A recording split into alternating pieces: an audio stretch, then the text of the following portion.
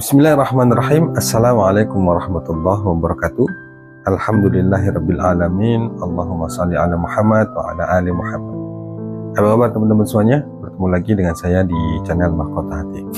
Ya, seperti biasa ya, sebelum materi jangan lupa tuliskan doa terbaik Anda ya di kolom komentar. Itu selalu saya ingatkan teman-teman semuanya bahwa memang makin banyak kita berdoa, makin banyak kita meminta, insya Allah doa kita akan cepat dikabulkan oleh Allah Subhanahu wa Ta'ala.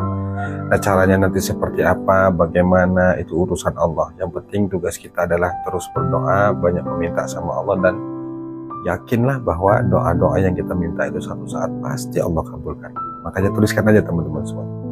Alhamdulillah ya Allah aku sehat, Alhamdulillah ya Allah hutangku lunas, Alhamdulillah ya Allah hidupku barokah, Alhamdulillah ya Allah uangku berlimpah, dan lain sebagainya teman-teman semua. Ya baik, kita langsung ke materi ya teman-teman semuanya. Hari ini lagi-lagi kita bahas masalah utang. Pernah nggak teman-teman tuh ngalamin tuh begini ya, didesak bayar utang, nggak punya uang, terus Anda datang ke Allah, sholat gitu ya, tengah malam gitu, kemudian Anda berdoa, ya Allah hamba butuh duit ya Allah untuk bayar utang. Pernah nggak teman-teman semuanya? Saya yakin pasti pernah lah, karena saya juga ngalamin kan. Di saat kita benar-benar butuh banget duit gitu untuk bayar utang, karena kita didesak dengan ancaman makin dan segala macamnya, kita pun kebingungan, kita pun khawatir, kita cemas, lalu kita mengadu ke Allah, kita berdoa sama Allah, doanya begitu tadi, ya Allah hamba butuh banget duit ya Allah. Saya dulu inget tuh doanya begitu tuh, saya butuh duit 1,5 juta untuk bayar utang gitu ya. Saat itu saya diancam gitu ya, kalau nggak bayar bla bla segala macam tahap gitu. Saya doa itu minta sama Allah begitu, ya Allah mau butuh duit ya Allah 1,5 juta untuk bayar utang. Hamba tadi diancam ya Allah, hamba dimaki, hamba tahu ya Allah ini salah hamba ya Rabb, tolong ya Allah kasih hamba duit ya Allah 1,5 juta. Dulu saya pernah bawa doanya begitu. Alhamdulillah teman-teman semuanya, setelah berdoa begitu duitnya nggak saya temukan, saya nggak dapat teman-teman semuanya. Sudah berusaha pinjam ke teman, ke saudara, pokoknya sudah berikhtiar lah sana sini, tapi kan langkah saya saat itu datangnya ke Allah dulu gitu. Alhamdulillah itu beberapa hari kemudian uang itu gak saya temukan, saya gak dapat uang 1,5 juta untuk bayar utang. Tapi apakah dengan itu yang saya lakukan pertolongan Allah gak datang? Datang teman-teman semuanya, datang, tapi bukan bentuk yang saya inginkan. Misalnya saya ingin butuh banget uang 1,5 juta untuk bayar utang, saya berpikir bahwa dengan uang 1,5 juta itu saya bisa bayar utang, masalah saya selesai. Itu menurut saya saat itu. Tapi ternyata menurut Allah nggak begitu. Allah nggak kasih duit itu 1,5 juta, Allah nggak berikan, Allah tutup tuh jalan. Saya sudah berusaha sana sini untuk cari uang 1,5 juta ya Allah nggak kasih, dan saya nggak temukan itu. Ternyata yang terbaik menurut Allah itu bukan duit saya harus bayar itu, tapi masya Allah teman-teman saya, ternyata Allah ganti yang lebih baik dari itu. Apa itu? Saya nggak nemuin uang 1,5 juta itu, tapi ketika saya dihadapkan sama penagih hutang itu dengan saya pasrah, saya ridho, justru saya yang nemuin dia ya. Tadi itu bukan dia yang nagih saya, tapi akhirnya saya yang nemuin dia. Masya Allah teman-teman semuanya, saya dengan rasa ikhlas, pasrah, ya apapun yang nanti akan terjadi, dimarahi, dimaki, saya sudah pasrah aja. Tapi masya Allah teman-teman semuanya, si penagih itu cuma bilang begini, sebenarnya saya tuh nggak tega untuk nagih uang berapalah 1,5 juta itu. Dia tuh ngomong begitu ke saya, tapi saya nagih itu karena untuk menyelamatkan kamu, supaya nanti di akhirat tidak ada tuntutan. Begitu teman-teman semuanya jawabannya. Itu bagi saya pertolongan. Mungkin menurut Anda enggak ya, Allah alam sih. Kalau bagi saya itu pertolongan. Saya kaget tuh denger itu. Biasanya orangnya nagihnya luar biasa galak, mana uangnya segala macam lah, pokoknya bla bla bla bla. Tapi gitu saya temuin, saya bismillah gitu ya, doa sama Allah, saya temuin ternyata orangnya bilangnya begitu. Saya sebenarnya malas nagih uang 1,5 juta itu, karena bagi saya, mohon maaf sih, 1,5 juta itu berapa, itu beliau nyampaikan begitu ke saya. Tapi karena saya ingin menyelamatkan kamu, saya terpaksa harus tagih uang itu. Udah deh, sekarang kamu cicil berapa kamu mampunya. Akhirnya begitu teman-teman semua. Akhirnya saya disuruh nyicil semampu saya. Yang penting saya disuruh melunasin utang itu 1,5 juta. Ini Masya Allah pertolongan dari Allah teman-teman semuanya. Nah, maksud saya apa sih yang ingin saya sampaikan teman-teman semuanya?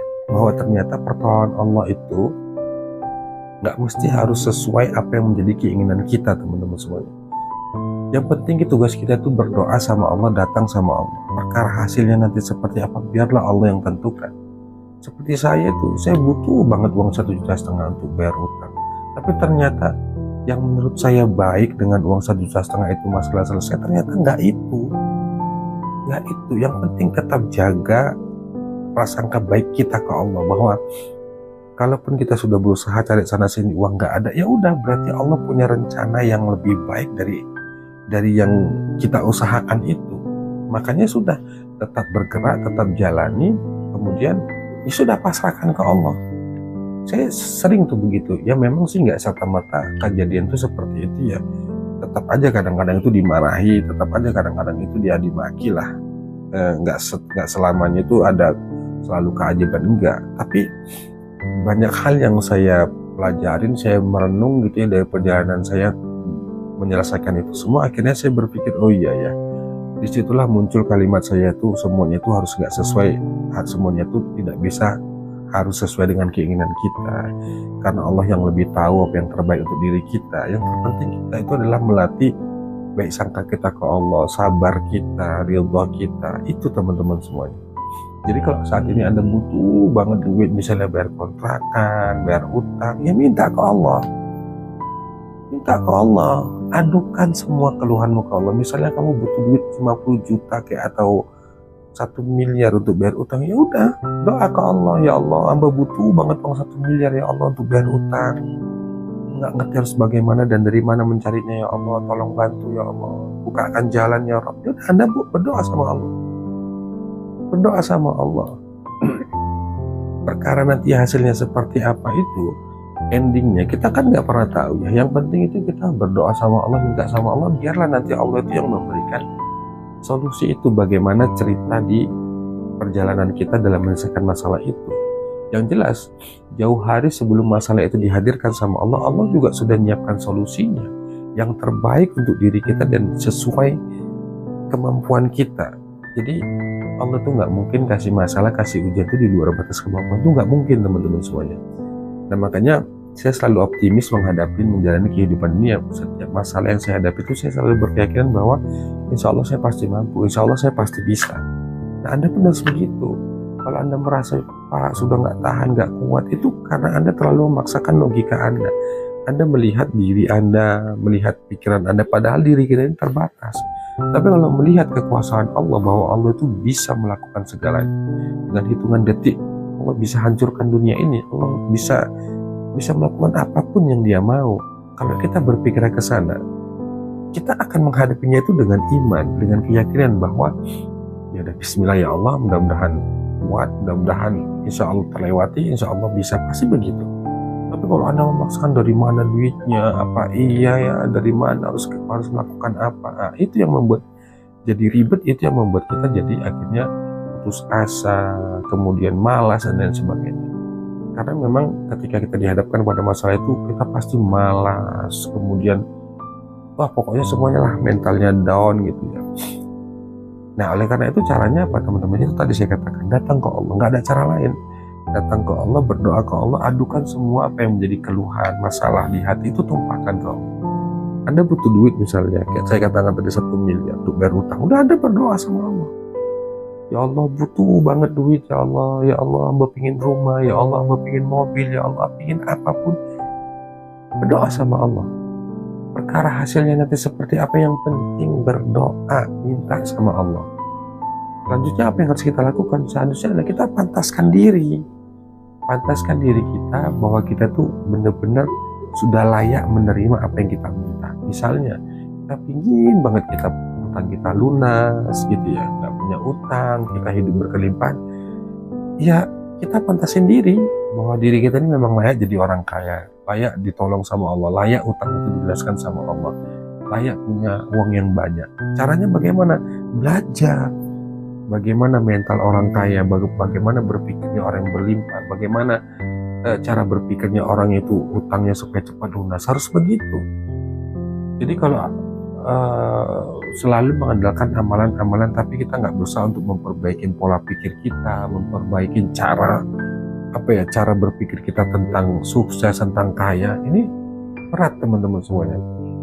Nah, oleh karena itu saat Anda butuh duit, butuh apapun gitu ya minta ke Allah. Yang penting doa ke Allah. Allah itu maha kuasa, tinggal tergantung kita mau nggak sungguh-sungguh datang ke Allah, yakin nggak sama Allah, percaya nggak bahwa Allah itu bisa ngabulin doa kita, yakin nggak bahwa Allah itu bisa menyelesaikan masalah kita. Kita sekarang kembali ke diri kita.